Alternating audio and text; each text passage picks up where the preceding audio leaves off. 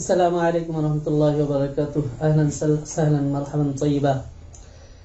সুপ্রিয় শ্রোতা দর্শক, মহান রব্বুল আলামিনের শুকরিয়া আদায় করছি যিনি আমাদেরকে আবারও ইসলামের আলো কেন্দ্র থেকে পেজ থেকে আমাদেরকে ইসলামের প্রচার প্রসার করার জন্য এখানে একত্রিত করেছেন। যিনি আমার এই ভিডিওকে যেখান থেকে দেখছেন দেশে প্রবাসে সবাইকে আমার পক্ষ থেকে সালাম এবং আন্তরিক শুভেচ্ছা অভিনন্দন। তো আল্লাহ পাক রব্বুল আলামিন আমাদেরকে তৌফিক দান করুন ইসলামের আলো প্রতিভায় বা ইসলামের আলোকে নিজের জীবনকে গঠন করার। তো আজকে যে আমার বিষয়, এখন যে বিষয়টি নিয়ে আলোচনা করব তা হচ্ছে, আমাকে অনেকে জিজ্ঞাসা করেছেন যে এরকম ভাবে অশ্লীল সিনেমা বা টিভি দেখলে ওযু ভঙ্গ হবে কিনা, এরকম সন্তানকে যদি কেউ কোনো মহিলা দুধ পান করে তার ওযু ভঙ্গ হবে কিনা, ওর হাঁটুর উপরে কাপড় উঠে গেলে ওযু ভঙ্গ হবে কিনা, বিড়ি সিগারেট খেলে ওযু ভঙ্গ হবে কিনা। তো এই বিষয়গুলো নিয়ে আজকে আলোচনা করব। তো এখানে প্রথমে যে আলোচনাটা করব সেটা হচ্ছে টিভি দেখলে ওযু ভঙ্গ হবে কিনা। তো টিভিতে আমরা যে সকল দৃশ্য দেখি, যদি হালাল দৃশ্য হয়, যেরকম অনেক সময় কোরআন তেলাওয়াত দেখি, আজান দেখি, এরকম ভাবে ইসলামী ধর্মীয় আলোচনা দেখি, তো এগুলো দেখলে কোনো গুনাহ হবে না, বরং যদি নিয়ত ভালো থাকে সওয়াব হবে। বাকি যদি কোনো অশ্লীল দৃশ্য দেখা হয়, যেমন মহিলাদের উলঙ্গ নাচ, এরকম অশ্লীলতা বেহায়াপনা মহিলাদের দৃশ্য দেখা হয়, খারাপ দৃশ্য যেগুলো ইসলামী শরীয়তে হারাম, এই জাতীয় দৃশ্য দেখার কারণে কবিরা গুনাহ হয়।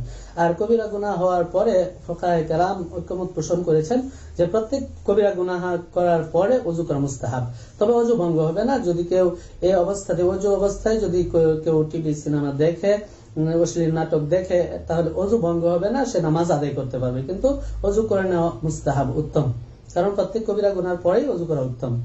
আর দ্বিতীয়ত, যদি কোনো মহিলা স্তন্যদানী মহিলা কোন সন্তানকে দুধ পান করায়, তাহলে ওযু ভঙ্গ হবে কিনা? ওযু ভঙ্গ হবে না, কারণ ওযু ভঙ্গের যে 7টি কারণ আছে এখানে পাওয়া যায়নি।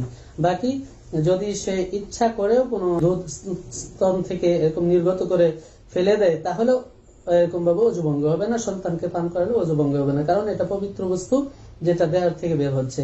কেবলমাত্র নাপাক বস্তু বা রক্ত বের হলেই ওযু ভঙ্গ হয়। তো এই জন্য সন্তানকে দুধ পান করাইলে ওযু ভঙ্গ হবে না।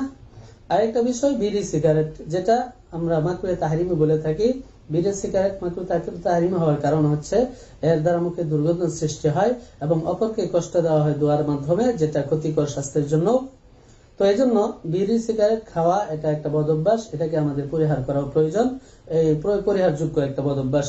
তো এটা করার কারণে স্বাস্থ্যের যেমন ক্ষতি হয়, ইসলামী শরীয়তেও এটা মাকরুহে তাহরিমি, বারবার করার কারণে কবিরা গুনাহে পতিত হবে, কবিরা গুনাহে পরিণত হবে। তো এই জন্য বিড়ি সিগারেট খাইলে ওযু ভঙ্গ হয় না, কিন্তু মুখে যে দুর্গন্ধ সৃষ্টি হয় যা ফেরেশতাদেরকে কষ্ট দেয়।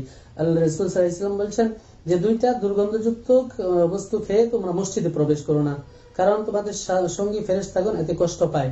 তো এই জন্য দুর্গন্ধ সৃষ্টি হওয়ার কারণে এটা ওযু করা, এই অবস্থায় যদি কেউ ওযু অবস্থায় এরকম ভাবে বিড়ি সিগারেট খায়, এই ওযুতেও সে নামাজ কালাম আদায় করতে পারবে, কোরআন তেলাওয়াত করতে পারবে, কিন্তু তার ওযু করা মুস্তাহাব, কারণ যে দুর্গন্ধ সৃষ্টি হয় এতে ফেরেশতাদের কষ্ট হয়, আর ফেরেশতা নূরে তৈরি যারা নিষ্পাপ তাদেরকে কষ্ট দেওয়া একটা খারাপ এবং গুনার কাজ। তো এই জন্য ওযু করে নেওয়াটা মুস্তাহাব হবে।